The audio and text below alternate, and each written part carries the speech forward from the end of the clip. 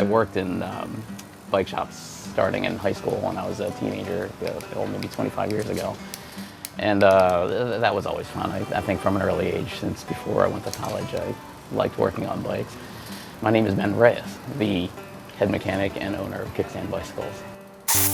And this bike also has gears. Kickstand Bicycles is in Midtown, East Manhattan here. We have to deal with people's quick repairs. It's about $15 to fix a flat, right? Fixing flats or adjusting gears. Oh, still a little spongy. All right, this bike is ready for riding. I think what's fun about working on bikes and repairing people's bikes is that people cycle for a lot of different reasons. There are people most people will ride for fun, some people ride for fitness. A lot of people here in New York City will ride for utility. You know, they use their bikes as transportation, and their bike is their daily commute. The gears often need to be adjusted because people, like the commuters, they'll ride their bikes on a daily basis, rain or shine. So if the gears get fouled with dirt and grime, then often they don't work as smoothly as they should. So one of the common things people need to do is to adjust their gears so they shift smoothly and properly. The gears are a crucial component to a bicycle because they make it harder or easier in terms of your pedal effort.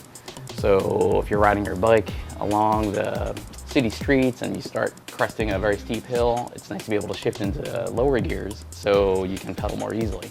And the gearing that you select really has everything to do with ratios. It has everything to do with the relative size of the front gear or the front chainring to the rear cog. The larger the difference it is between the front and the back, then the higher the gear is going to be. The closer in size the two gears are from the front relative to the back, then the lower or the easier the gear is going to be. The difference in size will affect the gear ratio or how easy or how hard it is to pedal. And on most bikes that you see, the higher gears are labeled with higher numbers.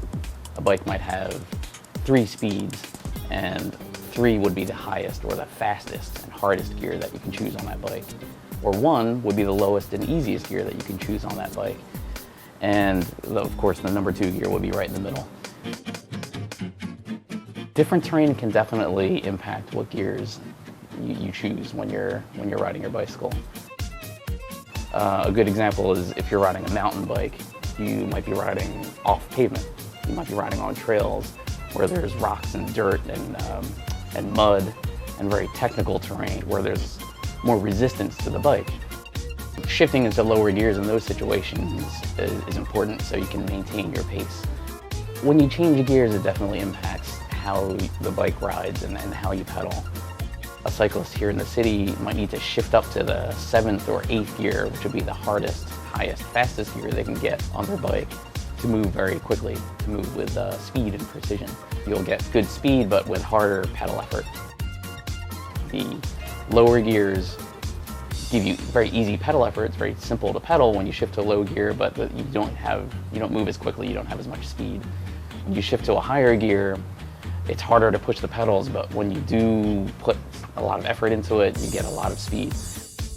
Don't forget, kids, safety first. Always wear your helmet when you're riding your bikes, like I do.